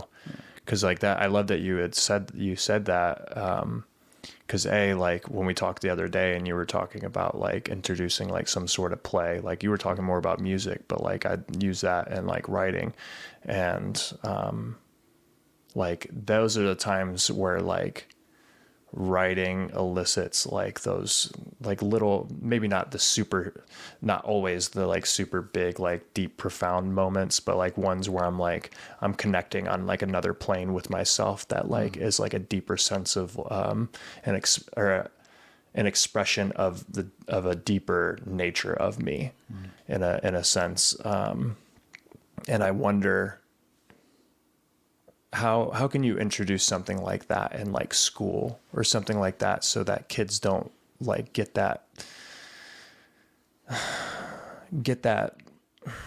the joys of what that can be shrouded in all this bullshit that is just like deadlines and writing for the sake of just like being able to mechanize things and describe things and all that. Yeah. Like what killed it for you? It was just the deadlines and like the scrutiny of the teachers, and like just I think early on in elementary school I had some teachers that were like just like hard asses in not a great way. Like I think you can be a hard ass in like a productive way, but like they were just like very nitpicky about just like really stupid shit, and just like not down to just like go with the flow in a certain way. I don't know. It's hard to describe when it's been a long time, but I feel like I had some bad experiences there. And then just like the pressure of doing well in school and having writing associated with that, I feel like that kind of really killed it for me. And just like having your thoughts as expressed through writing being bound to your sort of like future, like this is going in your permanent record sort of way. Like if you fuck up here, like you're going to get a bad grade and then you're not going to get a good school, and like having all these complexes about, you know, academics and all that stuff. I think that was counterproductive. Yeah, maybe like if there was like writing in school that like wasn't actually graded, but then there's like the time pressure. I feel like time pressure also doesn't help. Although, like, there's nothing more effective for getting shit done as, like, having a deadline. Like, that's, like, one of the most effective ways to, like, actually do something and not, like, fuck around and not do anything. Is to, like, actually have a hard deadline that something has to get done. Yeah, I don't know. It's a hard problem. I feel like... Yeah, I don't know. What do you think would get you writing now? Like in a way that is that like more free, just like thing. I feel like I have to like disassociate it with those like negative experiences. I think I just like have too many negative associations with writing, where it's just like a real chore. Like I don't really get much out of it, and it's just like something to like, you know, placate a teacher or something, or like get a grade or like something like that. I think if I could like have enough experiences where I was just writing for myself and there was no sort of, there's no audience except for myself. I think if with enough experiences like that, then it could become something that I'm just like really attuned to and, excited about doing. But otherwise it's like very, I don't know. It's just like associated with all these shitty experiences of getting graded really harshly in a way that I don't think actually like served my writing at all, or like didn't serve my thinking at all, or really helped me in any way. It was kind of just like penalizing me for arbitrary reasons. Though maybe like I wasn't, wise enough at the time to recognize why being penalized in those ways was actually good for me. But like, I mean, as like a 10-year-old, you weren't wise enough. I don't know. Like looking back at it now, it doesn't seem like they were worth it. But I don't like have like too explicit of a recollection of what the specific problems were. But I do remember it being like really stupid. I don't know. No, I mean, your experience is obviously yours in itself, but I feel like there's a lot of relatable things in like just anyone who's gone to public school or, or gone. Yeah, I would say mostly because maybe some private schools do it differently, or they've like looked at different ways of doing shit. But that is like the death of creativity, of like true creativity, like deadlines and doing all that stuff. Like, I think I can't tell you how many people I've heard say, whenever they find anything that they enjoy, they're like, I don't want to do this for money. Like, cause then it's going to fucking ruin the joy of it, And, but the other thing is, and it's just interesting that like, okay, so the purpose of those classes and everything is to produce people who can, write well, right? Like you can convey ideas and do all that, but That's then the purpose. Yeah. And then, but the end result is that like, you fucking hate it, like, and it sucks the life out of something that is full of life, like at its core, or can be at least. I think creative writing would help a lot because I feel like a lot of what is written in school is very it's kind of meant to prepare you for the corporate world in a way. It's like in academia, it's been preparing me to like write journal articles and scientific papers that like have to go through peer review. So that's like a very particular lane that like I'm getting trained in. But like in undergrad, it's very sort of general and like really just meant for like corporate writing work ultimately, I think. Like you could argue that, the topics you could have like arbitrarily sort of interesting topics about sort of interesting things. But really, I think what it's training you to do is to sort of write your end of the week report to the boss on time in like a cogent and sort of digestible manner. Right. It's not really meant to like get you to reflect and think about like what you actually think about things and like all that sort of juicy self-development type stuff that writing can do. I will say that my experience in the psychology program at UT, there are some classes where they like remove all the pressure of that. Like what do they do? Which class was it? I guess it really doesn't matter, but it was a psychology related class that we would have every week. We would have writing assignment where they would just give us a prompt. And it was like self-graded, all that stuff. You didn't actually have to turn anything in. You just you would just, and like in the instructions, like, this is for you. Don't show anyone like this, like write whatever comes to mind. And there's no, length limit, and just like write for 15 to 20 minutes. Were these for like their writing classes or like different psych classes? Psych class. Mm-hmm. But was it like specifically for writing? No, like it was for like some, I can't remember what, fuck. I want to say it might've been developmental psychology or no. I don't know. I know it wasn't specifically for writing. But I think it was like a theory class. Okay. That sounds great. Yeah, and one of the things that it revealed to me, and I don't know if I had just like, because I'd like done some journaling and stuff up to, and I saw the power of journaling in terms of just like the power of organizing all the stuff that's going on here and putting it on paper and like, oh, that's what I'm thinking, you know, and being able to do stuff with that. But one of the things that it revealed to me was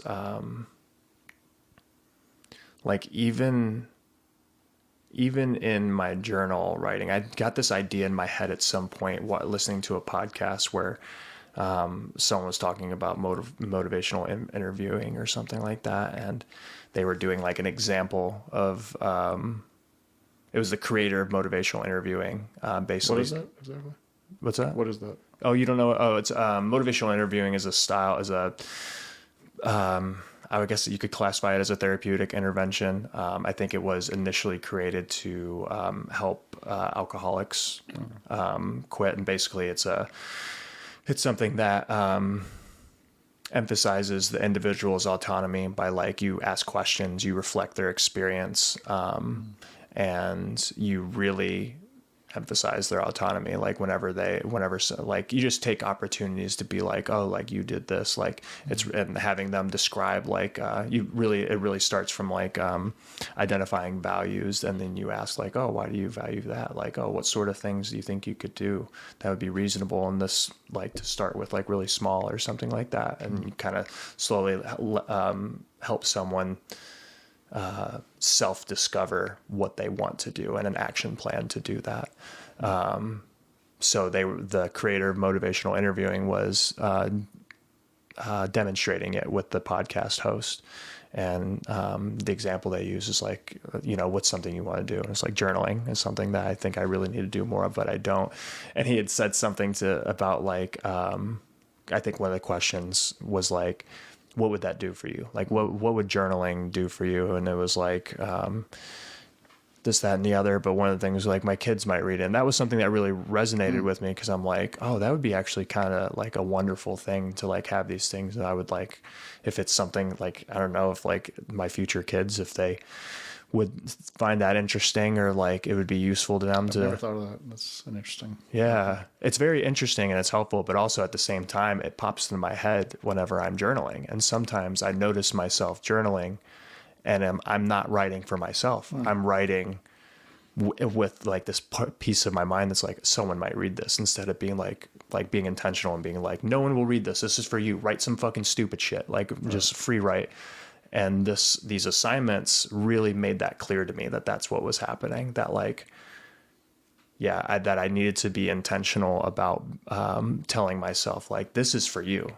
Because like the majority of our lives are spent in these things where it's not intrinsically motivated. It's not something where you're like, no one will ever read this but me. And same thing with a lot of creative stuff. Like, I think that's the sort of stuff that stops people from creating art, music, all that stuff, when it's like, our examples are people that are wildly successful professionals making money doing it. But in reality, like, just make shit. Like, it's fun. Like, you know, you never know what you're going to discover within yourself. And I don't know, I think exploring that is an amazing thing, because one of the things that, like, I was describing this to you the other day of like, uninhibited, just writing, like, starts working the part of the part of my brain that is like, that allows like inspiration to happen. And I think there's something in like you talking about like introducing some form of play, and I think a lot of those things are very connected. And I don't know, I see patterns emerge and on different domains where I'm like, oh, play and not taking shit seriously is like really fucking important. And like, it's something that we should research not only with kids, but with adults, and like figure out ways to incorporate play so that we can, you know, find more joy in this life, be able to connect with each other, let down all the guards that keep us safe and all those things. I don't know. I'm rambling a little bit at this point, but no, that's great. Yeah. I think, I don't know, I have a very kind of love-hate relationship with school. I've spent a lot of time in school. I've always really disliked school, but like I really like learning, and there's a lot of really great people at school and getting to interact with them. But there's something about like the actual format of schooling that is like deeply sort of like soul crushing in a way that like I think there's all these things that it is trying to cultivate in you that have such immense value, but it just, at least my experience has been that it really just, I don't know, it like turns them into work of like the most like uninspiring form. And I feel like if we, like as you said, could like regain access to these things in a more playful, more internally motivated way, there's just so much value there, and there's so much like freedom and discovery, and yeah, I don't know. There's a lot there, and we're like missing out on a lot. And I think school is to blame for a lot of that. Though I don't know, maybe there are other things, but it feels like sure, school is a big factor. I would agree because it's such a pervasive part of our lives during such a critically developmental area period. And you think about school, and it's in the traditional sense, it's all like it's lifeless. Like at the like the outcomes, the measures, and all those things, it's lifeless. It's test scores. It was like literally designed after. It was like the intention for the design of the format of schooling was to basically produce obedient factory workers. Like I don't know if you're familiar with like the origins of like public schooling in the U.S. at least. Vaguely, like I've heard that before, but yeah, I'd be curious to hear your thoughts. I don't know like a lot of the details, but if I remember correctly, it was something like they went to some Prussian dude in like the early, whenever this happened, it's either like the late 1800s or early 1900s, something like that. And basically they had this large industrial demand that was developing because of, industrial revolution and all that. Mm-hmm. So they need workers to man the factories and like be managers and all this sort of stuff. But they didn't have the labor force. So they had to cultivate that. So public schooling was designed using this Prussian model of, teacher at the front of the class, everyone's sitting facing them. There's bells that like ring at the end of each period when you shuttle the kids off to the different periods in class. And it's like very sort of like factory like, and it's like regimented and sort of industrial format. And yeah, and I feel like we get to experience the outcomes of that format now. Though, I don't know, like, part of me thinks, like, there is something good about that in terms of, like if you really did need to consume a lot of information and have it delivered to you in a highly structured and regimented format, maybe that's, like, an efficient way of doing that, but I don't know. I feel like that begs the question, is efficiency always better? Yeah. I don't know. There's a lot of information, but I don't know. Like, for example, in math, which is like a difficult subject to consume, like you really do need a lot of time and like a lot of experience with this thing to really absorb it. And it's like, how would you do this? Like if we were to have like hippy dippy math classes where like it's like really unstructured, really sort of like free play sort of way, like could we be effective in delivering this content? Maybe. I don't know. I'm sure there's research on this or like experiences. There's all different sorts of schools, and I'm sure you could go a long way with a less regimented format for schooling. But I do think there's some use for like the more like hard sort of like formal things that you need to learn. Like you do need some kind of like almost like military like format to it, because it's not something that's inherently gratifying. Like learning about long division is not fun. It's like something that just is like a thing that is not in your brain, and then it needs to be in your brain. And it's like, I don't know how to like intrinsically motivate someone to, learn about these sorts of things. Like arithmetic, like it's not fun to learn arithmetic. Mm-hmm. So. One of the things that comes to mind when you're talking about this is how, that sort of style of like the way that we do it now, or like having some sort of regimen and stuff, like, yeah, that works well in terms of getting us, having this stuff be learned as efficiently and quickly as possible. But like that's where I see like, why the urgency?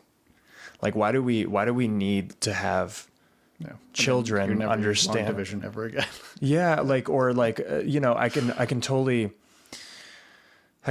understand the idea that like some of the things like at the upper echelons of like the way that we use math, like you got to study a while to really get there, And the problem is you don't know if like which student is going to end up needing that information later. And they do need to, like, I don't think you could just start picking up math in high school or college and, get to where you need to be at the frontiers of those sort of like hard STEM disciplines.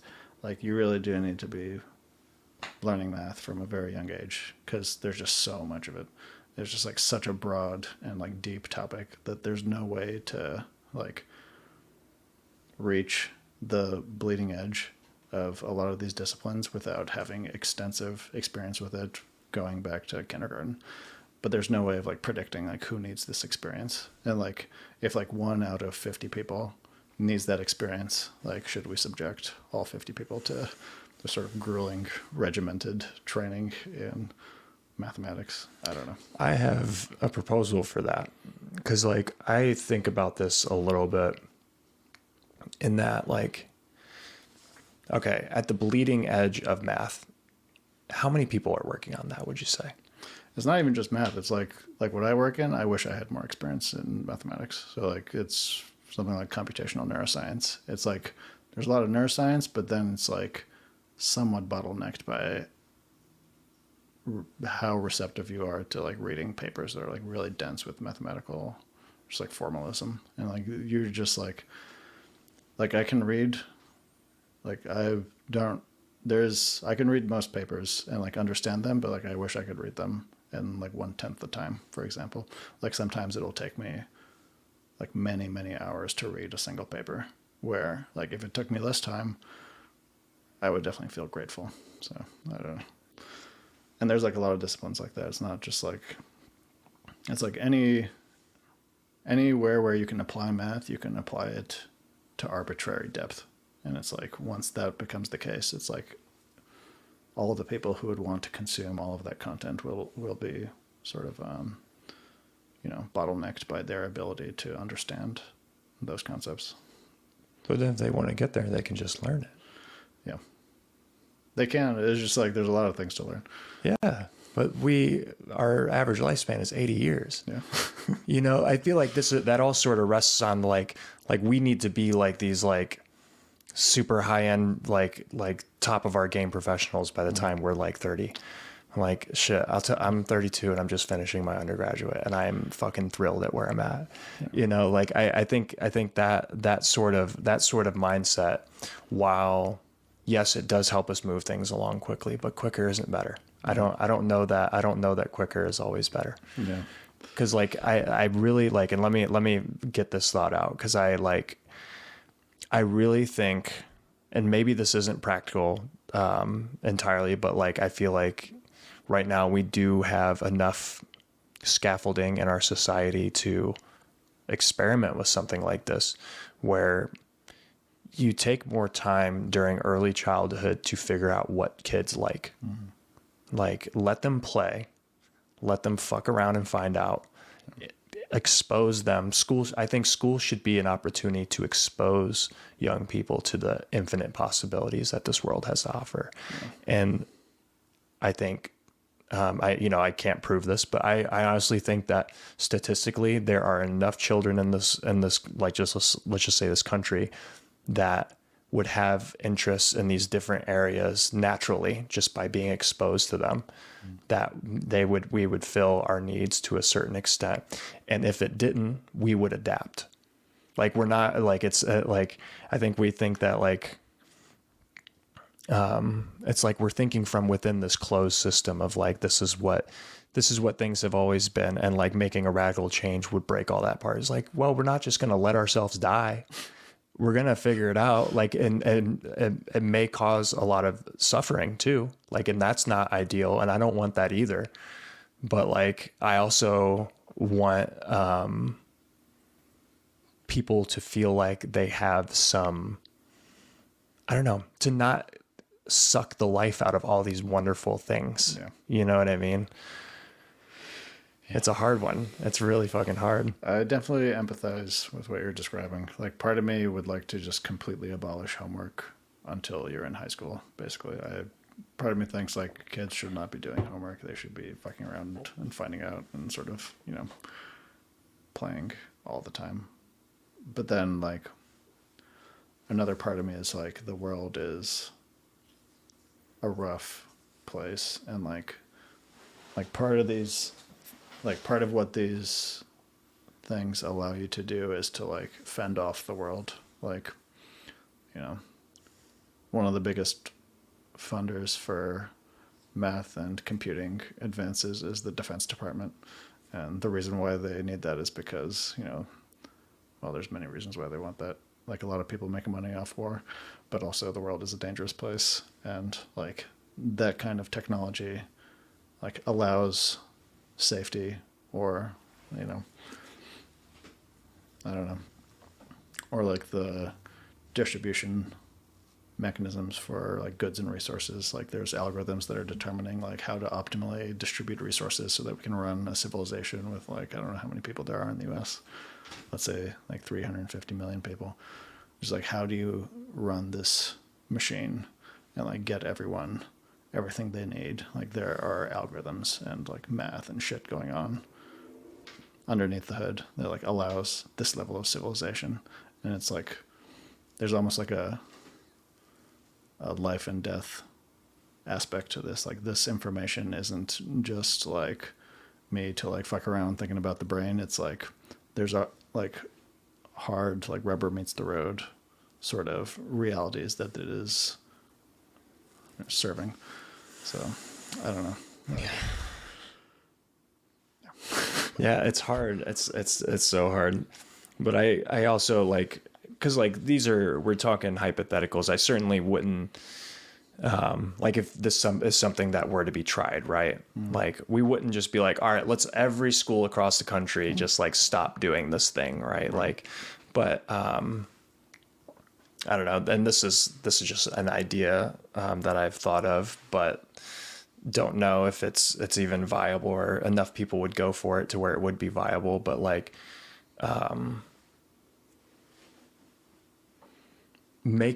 creating a school that is entirely like, let's test some of this shit out and see what happens, and make it to where like it's a very, I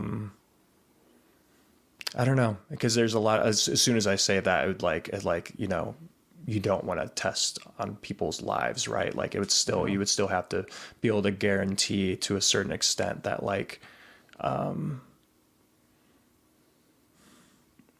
it wouldn't negatively impact the people who were part of those trials, right? Like, I feel like one negative dynamic that ends up happening is that this kind of testing ends up deployed with like rich people, and then like the rich schools get all these like fancy sort of like, you know, free flowing like experimental instruction techniques, and then they get to, you know, get all the benefits, whatever they are, but also don't have as much of like the potential downside, because they already are in like a higher socioeconomic class, so they have less potential for just like not making it, or like, I don't know. they've got more of a safety net. They have more of a safety net, but then there's this imbalance of like, but then like all the poor kids have to deal with fractions of like, you're never going to have to like compute a fraction almost ever in your life or do long division. Like no one does long division ever. It's like we have calculators. There's no reason to do this. But like there's this imbalance there. But then also another dynamic is that like if you deploy that sort of experimental curriculum in the more low socioeconomic circumstances, then you risk sort of not giving those people the opportunity to like have access to these later opportunities, like particularly in STEM. Though I don't know, like maybe with the advent of AI, like no one needs to be going into STEM because all the robots are going to be doing all the work. So like this is a moot point ultimately at the end of the day. But I don't know. The thing is, I'm not like terribly familiar with the actual like reality of the situation. Like I'm sure there's a lot of programs and like innovation and advancement in all these curriculums. I'm just like very ignorant.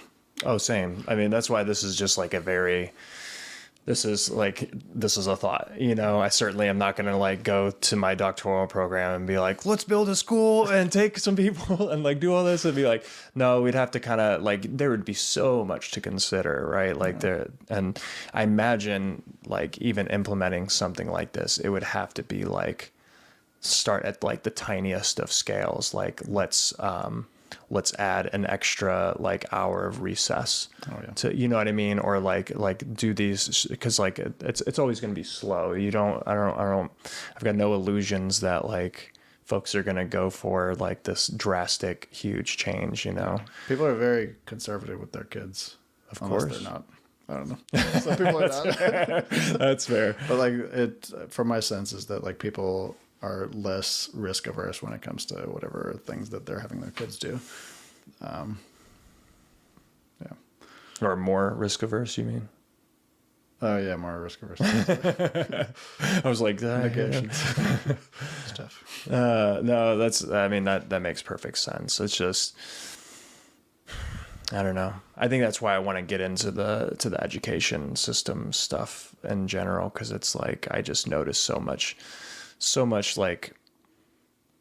disconnect, so much like sucking the life out of things. And then, you know, and it's tough because then it's like, all right, you look at someone like you don't like writing, but you are actively like, you are a good writer and you like, and you get the stuff done regardless. And you are at like a very high level in terms of like your professional, pursuits, you know? So like, if anything, if like proponents of that system would be like, well, it worked, you know, like, but at the end of the day, you don't like it. Like, I don't like it. And we don't know like how much better things could be or how much worse things could be. It's kind of like you have to fuck around to find out. And like, there's all these like alternative realities that we don't have access to, but there's room for experimentation for sure. Yeah, lots of stuff to think about, man. I don't know about you, but I'm feeling like we're at a good stopping point. Does that feel all right? Yeah, I feel like my brain is slowly. We talked about a lot of dense shit for a bit there, but like, oh, it's so juicy. Like, I don't know. I think it's so. I love like watching the like start unfold, and then just like I have these moments in the middle of our conversation. I'm like, oh, this is so much fun. Like I'm having fun during it, but like there's an acknowledgement during it. I'm like, oh, this is fucking sick. Like, we should do this more. We can do that. I mean, we can also hang out as much as possible too. Because I mean, shit, like there's so much too. Like you're so busy with grad school and all this stuff, and I'm about to, hopefully be starting a big boy job here soon. But regardless, like every time we get together, it's so much fun. Yeah. Like it's very, very energizing. I always find myself just being full of energy after our conversations, which is really good. Same. That's like, it's so funny when I think about like, I used to consider myself like such a huge introvert, and I feel like, you know, and maybe there to a certain extent, like there are people who are like, regardless of the depth of the connection that they feel with someone, like they will always or have like a shorter battery life in general. But like, I feel like the depth of the connection extends that battery life, you know? And for me, it's made me feel like, I don't know, like extroverted in a sense. Cause even like before you coming over, I was like, man, I'm a little tired today. But then we sit down and start chatting. I'm like, boop, boop, boop, boop. I just feel like the same thing. I was like, should I cancel? No, don't cancel. I was just so tired. I just like had a headache and yeah, but it's been amazing. Hell yeah. No, I appreciate you. I appreciate you doing this. It's awesome.